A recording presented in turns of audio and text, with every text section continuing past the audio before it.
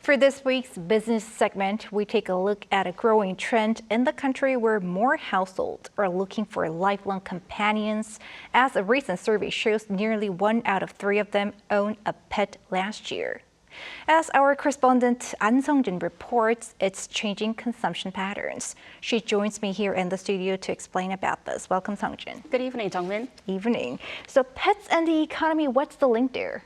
Great question, Jung-min. So before I go ahead and explain the connection between the two, I'd actually like to go over the statistics a bit.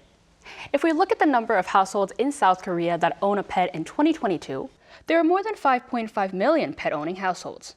And when it comes to Seoul, data from the Seoul Digital Foundation shows that 1 in every 10 households in the capital has a pet. I talked to an expert who provided insight as to why more people want pets. Owning pets correlates to income, which means that as the income level goes up, people can afford pets.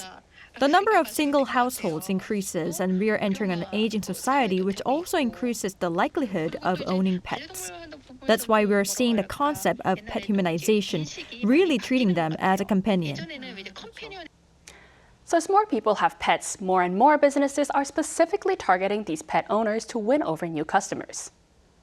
For example, the pepemjok in Korean, which literally translates to pet, family, tribe, has been a slogan driving business decisions. As Professor Kim mentioned, the hospitality and tourism industry is trying to meet these demands of increased pet owners. Not only are hotels and resorts becoming more pet-friendly, but one airline has even created its own route where people can travel from Seoul to Jeju with their pets sitting beside them. I've talked to a company that specifically works on providing services for pet owners like a temple stay with your dog. Our service revolves around providing information on places that are pet-friendly. Our users have doubled for the first half of 2024 compared to last year. There are increased opportunities with pets these days, like a beach for dogs.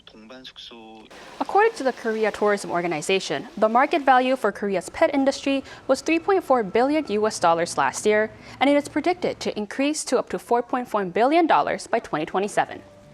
And Sung-jin, there are other examples in our daily life where we see pets are further integrated. Absolutely, Jung-min, and I actually visited one of those places. The tourism industry has diversified, but the service industry, such as cafes and restaurants, are also adapting. This franchise cafe has been approved as a testbed by the Trade Ministry under a regulatory sandbox frame that allows the cafe to have pets in food-selling areas. The cafe has a separate pet zone and has its own dispenser for dog training pads, water bowls, and trash bags. Since pets can also stay without owners feeling pressured, owners can take their time and enjoy the cafe as well. I try to go around with my pet, but sometimes we face restrictions, so the places we can go are limited. It's a huge advantage to come here with my pet and comfortably enjoy our time. But Sung-jin, are there any concerns? Sure, Jung-min, you may wonder that as the number of pets increase, those abandoned might also increase as well.